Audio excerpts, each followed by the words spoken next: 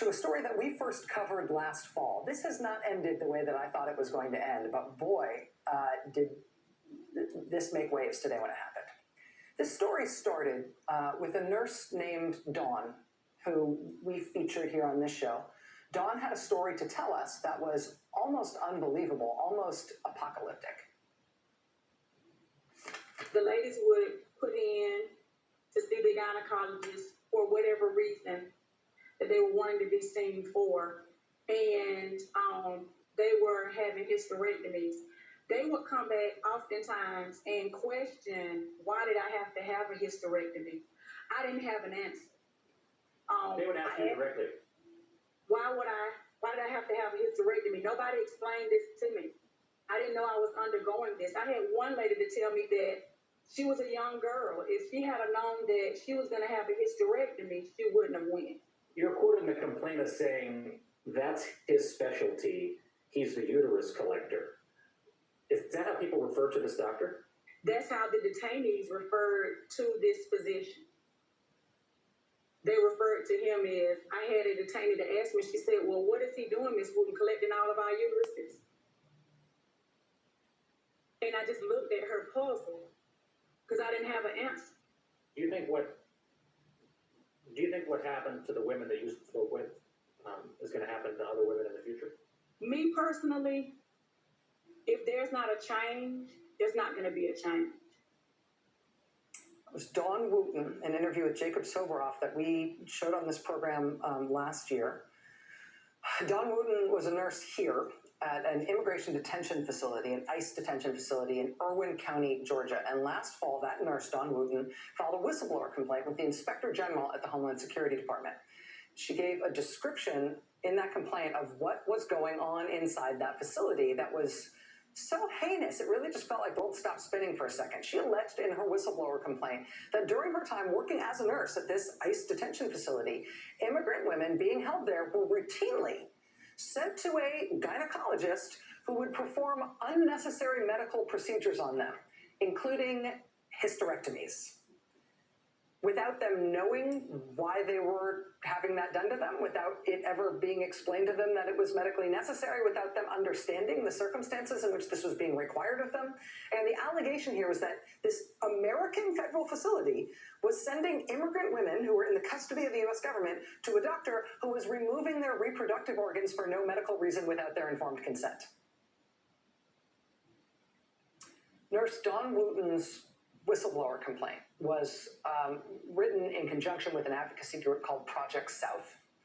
They spoke to a detainee in that facility who said she knew of at least 5 other women who were being held there who all said they had had hysterectomies performed by this same doctor. All 5 women were confused, they said, about why they needed to have their reproductive organs removed. She says, quote, when I met all of these women who had had these surgeries, I thought this was like an experimental concentration camp. It was like they're experimenting with our bodies. So you may remember us covering this story and airing that interview September of last year. In the wake of that whistleblower complaint, dozens more women came forward who all said they were mistreated by this one doctor, this one gynecologist, when they were held at that facility by the U.S. government. Many women said they had their uteruses removed, their ovaries removed, their fallopian tubes. They were sterilized by this one doctor working for this federal facility, all without their informed consent. It was just blood-curdling. This is dozens of women we're talking about. Well, the Department of Justice opened a criminal investigation into the allegations. The Inspector General of Homeland Security launched a separate inquiry, but then something funny started happening. Some of these women, the same ones making these terrifying allegations about what happened to them while in U.S. federal custody, they started getting deported by the Trump administration. And it wasn't a one-off or an isolated thing. The Associated Press reported last November, remember we first covered this in September. By November, the Associated Press reported that at least 6 women who said they'd undergone forced gynecological procedures were very soon after deported. 6 of them? 6 of them who had spoken up? When one of those women spoke to federal investigators about what had happened to her, she was told by ICE that she would be deported imminently. They told her that just hours after she told investigators what she had gone through. She came forward to tell them what was happening. Hours later, you gotta go. remember, there's an active criminal investigation going on into what was happening to these women. These women were coming forward to say that they were victims of this thing that was being investigated as a criminal matter. And as they came forward, the Trump administration tried to ship them all out of the country before they had time to talk to investigators about what they knew. Eventually, the Trump administration agreed to stop doing that, to put a pause on deporting the witnesses, deporting these women who said they were sterilized against their will. But since then, we have not heard that much else about this story, about the status of that ongoing criminal investigation, about whatever happened to that doctor. We do know, though, that that same facility has had other serious problems, too. Like most prisons and jails and detention facilities in this country, that ICE facility in Irwin County, Georgia, had a real problem with COVID among its detainees. The New York Times reporting last year that early on in the pandemic, those detainees weren't given masks to try to mask up. They made themselves masks out of scraps of clothes or from broken disposable meal containers that they tried to fashion into masks to protect themselves. We talked to one man who was detained in the facility around this time. His name is Nilson Barahona. He's originally Barahona. He's originally from Honduras.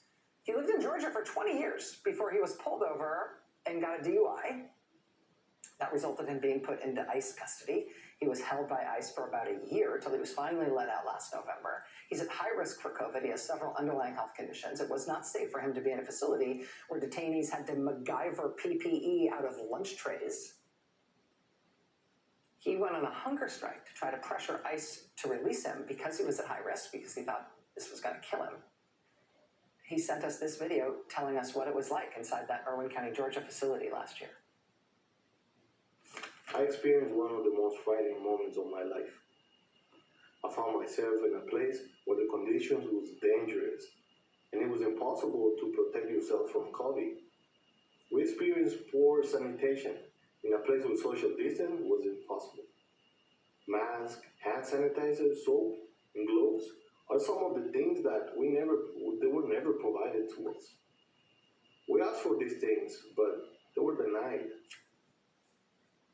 Mr. Barahona, Nilson is one of the signatories on this letter, which was sent to President Biden earlier this year. It's signed by dozens of people who had previously been detained at that one ICE facility in Irwin County, Georgia, and also some other facilities like it across the country. And what Nilson and the other people who signed this were asking for, after his time spent detained at Irwin, what they were asking President Biden to do was to shut down that facility in Irwin County, Georgia. Technically, the signatories on this letter are asking for all ICE facilities across the country to be shut down, given the treatment they experienced there. But they specifically talk about the facility that Nilson Barahona was at. The facility where detainees fashioned masks out of food containers while COVID was spreading rampantly. The facility where dozens of women were allegedly sterilized against their will, and where the Trump administration started rapidly deporting them once they came forward as witnesses in an open criminal investigation into those forced sterilization claims. Well, like Nurse Dawn Wooten said, if there is not a change, there is not going to be a change.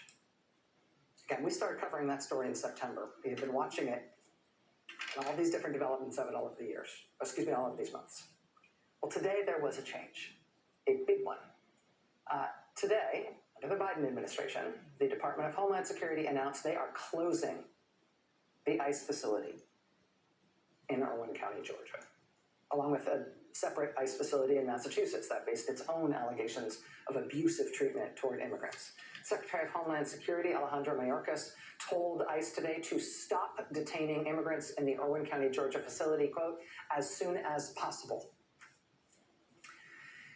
And there's one other very important piece of news here. I mentioned that we have not heard beat about that criminal investigation into what happened at Irwin. Dozens of allegations of forced gynecological procedures, forced sterilizations on women detained there without their consent. The Trump administration trying to deport those women in the middle of an active criminal investigation. As I mentioned, it has been radio silence on that investigation since the fall. Well, NBC News did some digging on that part of it today, and here is what they found out. According to a source familiar with the federal investigation into that detention center in Irwin County, Georgia, that source tells NBC News today that not only is the facility the subject of a criminal investigation here. They report tonight that the doctor who allegedly performed these procedures, that doctor is under active investigation too. And active is the key word here. This source telling NBC News today that both investigations, the one into the facility and into the doctor, have been, quote, reactivated and are now ongoing inside the Biden Justice Department. Reactivated was the word from the source, which would imply that at some point those investigations that did start during the Trump administration, they were deactivated at some point, because otherwise, why did they have to be reactivated now? Reactivated and ongoing is the word tonight. Like Don Wooten said, if there is not a change, there is not going to be a change. On this story, there is finally, after all these months, we can tell you there is finally a change. New administration makes a big difference. Elections have consequences. Busy news night tonight, lots to get to. Stay with us.